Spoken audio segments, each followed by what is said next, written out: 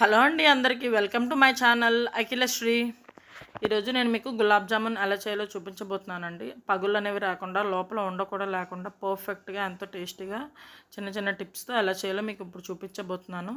So వీడియోని skip చేయకుండా end వరకు చూసి మీరు కూడా ట్రై చేసి మీకు ఎలా కుదిరిందో నా కింద కమెంట్స్లో తెలియజేయండి. ఇంకా ఆలస్యం లేకుండా వీడియోలోకి వెళ్దామా? సో నేను ఇక్కడ దానికోసం MTR gulab jamun ready mix అయితే తీసుకున్నానండి. మీరు మీకు నచ్చిన గులాబ్ జామున్ ప్యాకెట్ అదే తీసుకోండి. సో అందులో ఉన్నట్టే ఫాలో అయిపోవచ్చు. కొంచెం కొంచెం చిన్న చిన్న టిప్స్ ఫాలో అయితే ఫస్ట్ టైం చేసే వాళ్ళకి కూడా పగులు రాకుండా పర్ఫెక్ట్గా గులాబ్ జామున్ అనేది వస్తుంది. ఇక్కడ ఈ ప్యాకెట్కి మోడరేట్ సైజ్ గులాబ్ జామున్స్ అనేవి 30 జామున్స్ అయితే వస్తాయండి. కొంచెం సైజ్ పెద్దవి చేసుకుంటే తక్కువ వస్తాయి, లేదు చిన్నవి చేసుకుంటే ఎక్కువ వస్తాయి. మ్యాక్స్ చిన్నవి చేసుకోవడానికి ప్రిఫర్ చేసుకోండి.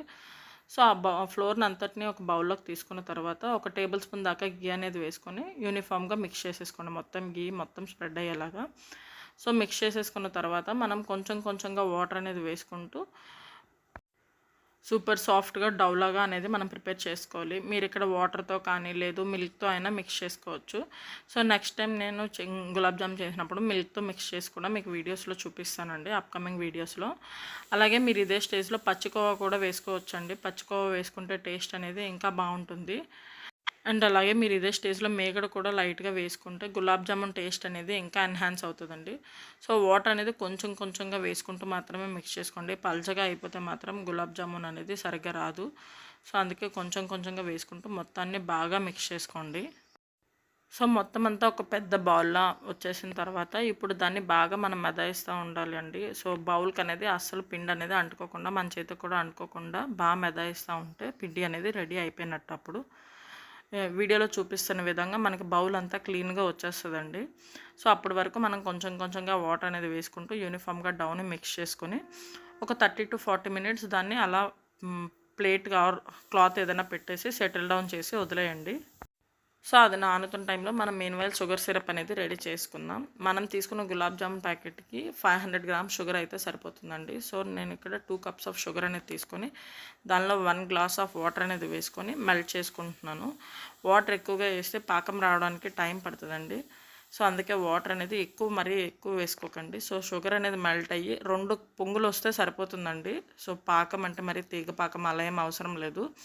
సో 2 పొంగులు వచ్చే వరకు ఉంచి లాస్ట్లో దానిలో ఇలాచీ అనేది వేసేసి స్టవ్ ఆఫ్ చేసేసి దాన్ని పక్కకు తీసేసుకోండి. షుగర్ సిరప్ అనేది రెడీ అయిపోతుంది. మేక్ షూర్ దాని పాకం అయితే రాకూడదండి. పాకం వస్తే అది గులాబ్ జామున్ వేసాక షుగరీగా అయిపోతుంది. సో టేస్ట్ అనేది బాగోదు. సో 2 పొంగులు అనేది వచ్చిన వెంటనే ఖచ్చితంగా ఆఫ్ చేసేసుకోండి. సో మనం ఇక్కడ గులాబ్ జామున్ సిరప్ అనేది రెడీ అయిపోయిన తర్వాత పిండిని ఒకసారి మళ్ళీ బాగా మెదాయించుకోండి. సో దానివల్ల ఎయిర్ బబుల్స్ అనేవి ఫామ్ అయ్యి గులాబ్ జామున్ అనేది చాలా టేస్టీగా ఉంటుంది, మాయిస్ట్గా కూడా ఉంటుంది. సో మొత్తం అంతా ఒక 5 to 10 మినిట్స్ నీట్ చేసిన తర్వాత ఇప్పుడు మనం చేతులకి గీ ఆర్ ఆయిల్ అనేది స్ప్రెడ్ చేసుకొని చిన్న చిన్న బాల్స్గా ప్రిపేర్ చేసుకోండి. అవి షుగర్లోకి వేసిన తర్వాత కొంచెం బల్జ్ అవుతాయండి. సో అందుకే ఎంత చిన్నగా వీలైతే అంత చిన్నగా బాల్స్ అనేవి ప్రిపేర్ చేసుకోవాలండి. అలాగే మనం ఇక్కడ ప్రెస్ చేస్తూ బాల్స్ అనేవి ప్రిపేర్ చేసుకుంటే మాయిస్ట్గా ఉంటుంది అవుటర్ లేయర్ అంతా కూడా. సో గులాబ్ జామున్ అనేది పగుళ్ళు రాకుండా ఉంటుంది. అండ్ అలాగే మీకు మధ్యలో డ్రైగా అనిపిస్తే మళ్ళీ లైట్గా గీ అనేది చేతులకి స్ప్రెడ్ చేసుకొని మళ్ళీ రాసుకోండి. సో మొత్తం అంతా గులాబ్ జామున్స్ అనేవి బాల్స్లో ఇలా ప్రిపేర్ చేసుకొని పెట్టుకోండి పక్కకి. బాల్స్ చిన్న చిన్నగా అన్నీ ప్రిపేర్ చేసుకున్న తర్వాత నేను ఇక్కడ డీప్ ఫ్రైకి సరిపడా ఆయిల్ అనేది పెట్టుకొని ఆయిల్ బాగా హీట్ అయిన తర్వాత బ్యాచ్ వైజ్గా కొంచెం కొంచెంగా బాల్స్ అనేవి వేసుకోవాలండి. మీరు ఎక్కువ ఆయిల్ పెట్టుకుంటే ఇక్కడ గులాబ్ జామున్ అనేవి 2 బ్యాచ్లుగా వేసుకోవచ్చు, లేదు తక్కువ ఆయిల్ పెట్టుకుంటే మాత్రం కొంచెం కొంచెంగా బ్యాచ్ వైజ్గా వేసుకుంటూ ఉండండి. మీరు పెట్టుకున్న ఆయిల్ క్వాంటిటీని బట్టి ఇక్కడ గులాబ్ జామున్ బాల్స్ అనేవి వేసుకోండి.